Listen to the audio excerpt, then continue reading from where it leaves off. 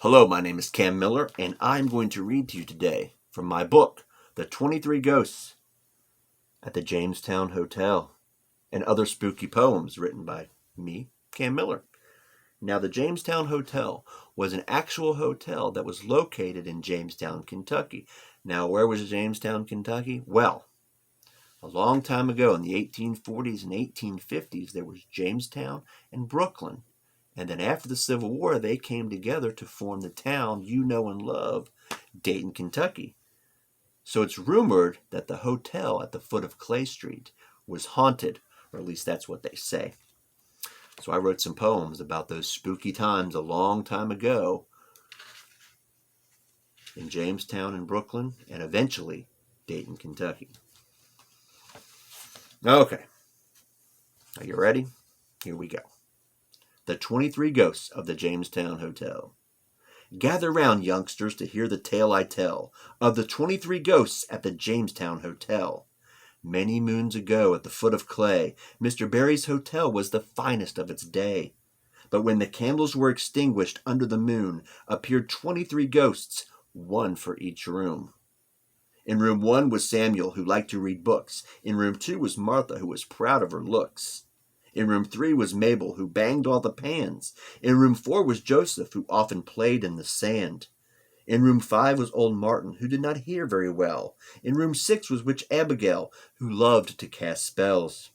In room 7 was Thomas, who liked to be left alone. In room 8 was Boris, who was nothing but bones. In room 9 was Eleanor, who knew how to sing. In room 10 was Mary, who polished her rings. In room 11 was Peter, who caught all the fish. In room 12 was Harold, who broke every dish. In room 13 was Baby Joe, who did nothing but cry. In room 14 was Sarah, who made the best pumpkin pie. In room 15 was James, who played piano all night. In room 16 was Benjamin, who often picked fights. In room 17 was Miss Bonnie, who ran up and down stairs. In room 18 was Sally, who knocked over chairs. In room 19 was Abe, as stubborn as they come. In room 20 was Betsy, who was allergic to mums. In room 21 was George, who sharpened his axe. In room 22 was Henry, who carried marbles in a sack. In room 23 was dear William, who was missing his toes. Why are they here? No one seems to know.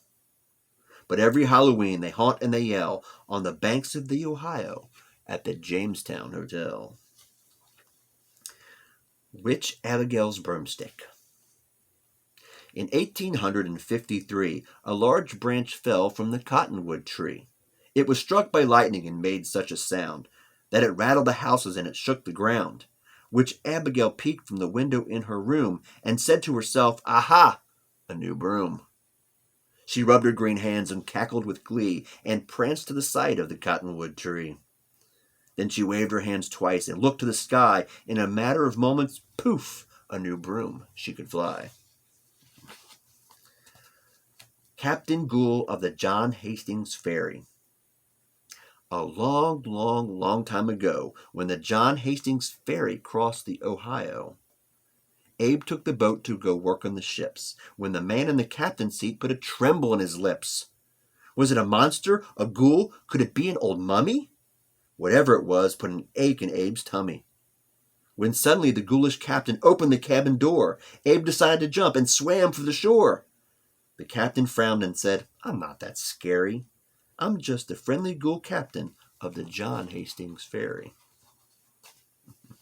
The Rope Walk Ghost. In Link's old building, where they made the rope, Thomas went to find spirits, or at least he hoped. He carried his lantern and snuck in the back door, when he heard 2 knocks, then 3, and then 4. He walked very carefully and followed the sound. He crept past the machines. He looked all around. Where was it coming from? He thought to himself. He shined his light in the corners and up on the shelves. The knocks grew louder. He was getting quite close. Could this be the infamous rope walk ghost? Suddenly he heard the loudest of moans. Thomas sprinted to the door and ran all the way home. Miss Ferris on Terrace. Eleanor was walking along the avenue with a long to-do list, and there was so much to do. the bakery, some dry goods, and also some meat, and if there was time, a special candy apple treat. She waved to Mr. Fred and his neighbor Mrs. Platt. She greeted Mr. Roberts and his pet Mooch the cat. But when she passed the old house on the corner of Terrace, she noticed something strange at the house of Miss Ferris. In her front window there was a green light. It flickered very fast as day turned to night. She opened the cracked door and asked if anyone was there. She saw Mrs. Ferris and her long black hair. She walked slowly towards her, and the closer she got, she smelled something awful and saw a large witch's pot. Eleanor gasped and fell to the floor. Mrs. Ferris looked mischievous and locked the front door. Eleanor sat up and let out a scream and sighed with relief. It was only a dream. The Legend of the Empty Streetcar. Back when the roads were made of bricks and stone and the number 12 streetcar carried you home, a special car came every Halloween night. It would appear out of nowhere and disappear from sight. It had no conductor or people on board. It clanked through the streets and could not be ignored. Legend has it crashed horribly many years ago when horses were the power that made it go. If you get close enough, you'll tremble with fear from passengerless screams that you will never unhear. And the last one, the spooky beach. 100 years ago, maybe more, there was a sandy beach at Dayton's front door. And on Halloween night, if you were so brave, you'd see zombies who'd lure you to misbehave. They'd chase you up Vine and Benham and Berry. You'd see ghosts on the boats and demons quite scary. And this year, go there. I double dog dare you to hear 1,000 ghosts as they all scream, boo! The 23 Ghosts at the Jamestown Hotel. Happy Halloween, everyone.